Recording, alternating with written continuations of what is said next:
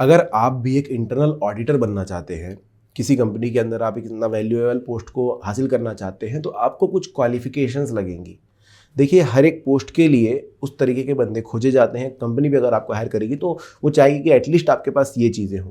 तो वो क्या चीज़ें हैं, कौन से सर्टिफिकेट से क्या क्वालिफिकेशन है और कौन सी स्किल्स आपको लगेगी, उनके बारे में आज हम बात करेंगे। सबसे पहले क्वालिफिकेशन से शुरू करूंगा। तो देखिए, अगर आप एक फ्रेशर हैं, अगर आप शुरुआत कर रहे हैं अपने करियर की, तो एंट्री लेवल में भी आपके पास इंटरनल ऑडिटर की नौकरी के लिए या फिर उससे उसके आसपास नौकरी के लिए आपको कम से कम एक बैचलर्स डिग्री लगेगी, और वो भी बिजनेस के डिसिप्लिन में होनी चाहिए।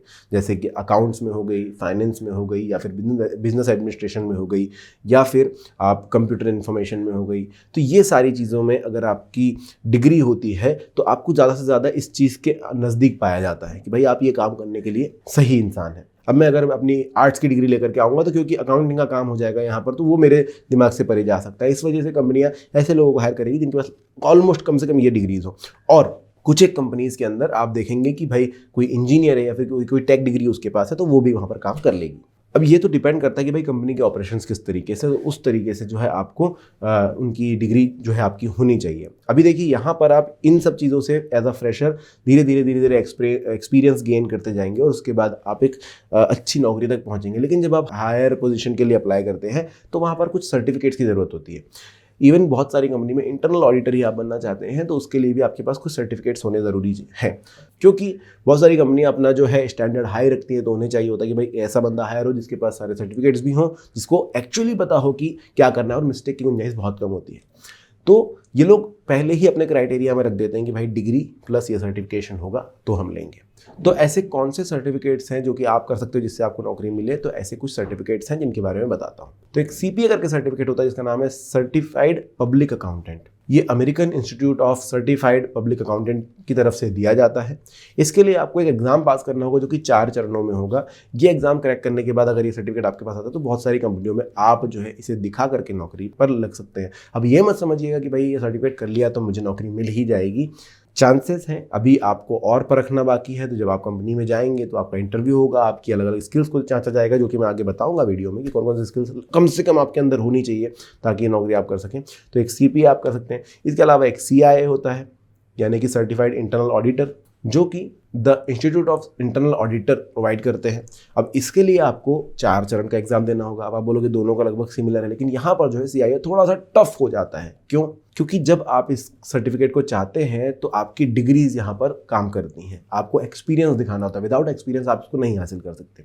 सीआईए के लिए अगर आपने मास्टर्स डिग्री कर रखी है बिजनेस के डिसिप्लिन में, तो आपको 1 साल का एक्सपीरियंस शो करना पड़ेगा कि मैंने एज अ इंटरनल ऑडिटर यहाँ पर काम किया है। तो आप किसी भी फ्रेशर है तो किसी कंपनी में लग करके काम कर सकते हैं। उसके बाद आप हायर पोजीशन के लिए जब देख रहे हैं, सीआईए करने जा रहे हैं, तो आप ये ले सकते हैं। या फिर कहीं पर आपने इंटर्नशिप करी है तो वो भी एक्सपीरियंस आप यहाँ पर शो कर सकते हैं। तो मास्टर्स डिग्री के साथ 1 साल का एक्सपीरियंस शो करना होगा।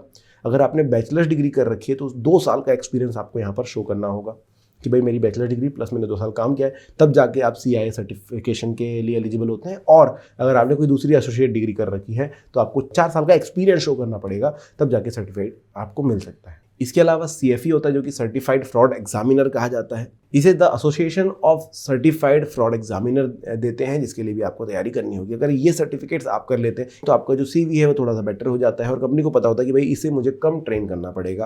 अब देखिए, एक बंदा जो सिर्फ डिग्री लेकर आया और एक बंदा ये सर्टिफिकेशन लेकर आया, मतलब कि इसके पास ऑलरेडी एक्सपीरियंस है, इसको काम आता है, तो मुझे चुनने में आसानी होगी। भाई इसको मुझे कम ट्रेनिंग देनी होगी और ये अच्छा काम कर देगा तो मैं ऑलरेडी इसको चुन लूँगा। तो इस तरीके से होता है। अब ये सर्टिफिकेशन के अलावा आपके पास क्या स्किल्स होनी चाहिए? आपके पास सर्टिफिकेट है लेकिन आप इंटरव्यू में जाने के बाद भी फेल हो सकते हैं क्योंकि आपके पास कुछ स्किल्स नहीं है। तो सबसे पहली स्किल होती है दोस्तों जो कि आपके अंदर होनी चाहिए, वो है एनालिटिकल स्किल। देखिए, जिस काम के लिए आप जा रहे हैं उसमें बहुत सारे आपके पास जो है डॉक्यूमेंट्स होने वाले हैं। डॉक्यूमेंट्स होंगे या फिर शीट्स होगी या फिर आपके पास कंप्यूटर पर काम होगा, बट बहुत सारे डॉक्यूमेंट्स आपको इधर उधर एनालाइज करने होंगे। तो एनालिटिकल स्किल इसलिए ज़रूरी है क्योंकि आपके काम से छोटी सी भी मिस्टेक नहीं एक्सपेक्ट की जा सकती, वरना पूरा डेटा चेंज हो जाएगा। बहुत सारा डेटा आपके पास है, उसको एनालाइज करना है, समझना है, उसमें से अगर कोई प्रॉब्लम है, इश्यूज ढूंढने हैं और उनका सॉल्यूशन भी निकाल कर देना है। ये आपके काम में आएगा। तो आपको यहाँ पर एनालिटिकल स्किल अगर आपकी अच्छी, आप एनालाइज बहुत अच्छे से करते हैं, तो कंपनी आपको हायर करेगी। तो ये चीज़ ध्यान में रखिए। अगर नहीं है तो आप थोड़ा सा कोशिश करेंगे, सीख सकता है, बहुत बड़ी चीज़ नहीं है। आप डेटा एनालाइज करना शुरू कीजिए, आपको समझ में आने लग जाएगा। दूसरा है मैथमेटिकल स्किल। देखिए, क्योंकि आप अकाउंटिंग सेक्टर में हैं तो आपको मैथमेटिक्स बेसिक से इंटरमीडिएट लेवल की आनी चाहिए। आपको इंटीग्रेशन डिफरेंशिएशन तक जाने की जरूरत नहीं कि बहुत हाई लेवल का है, बेसिक आता है जो भी चलेगा। लेकिन अकाउंटिंग से रिलेटेड जो चीज़ होती है, धन ऋण गुणा भाग हो गया, या फिर एवरेज निकालना हो गया, या फिर प्रोबेबिलिटी हो गई, ये सारी चीज़ें आपको अच्छे से आनी चाहिए। अब ये नहीं कहूँगा कि भाई मैं कैलकुलेटर पर तो कर लेता हूँ तो चलेगा क्या। बहुत बार ऐसा होता है जब हम बहुत सारा डेटा देखते हैं, उसका एग्रीगेट देखते हैं या फिर उसका टोटल देखते हैं, तो देखकर समझ में आ जाता है कि हाँ यहाँ पर मिस्टेक्स हैं। तो उस लेवल की आपकी मैथमेटिक्स होनी चाहिए। ये करते करते करते करते धीरे धीरे आ जाता है सभी के अंदर। तो ये अगर आपके अंदर स्किल है और आप समझ सकते हैं, एनालाइज डेटा को अच्छे से कर सकते हैं, तो कहीं ना कहीं आप जो है एक सही कैंडिडेट निकल कर आएंगे और कंपनी को भी पसंद आएंगे। इसके बाद आती है कम्युनिकेशन स्किल।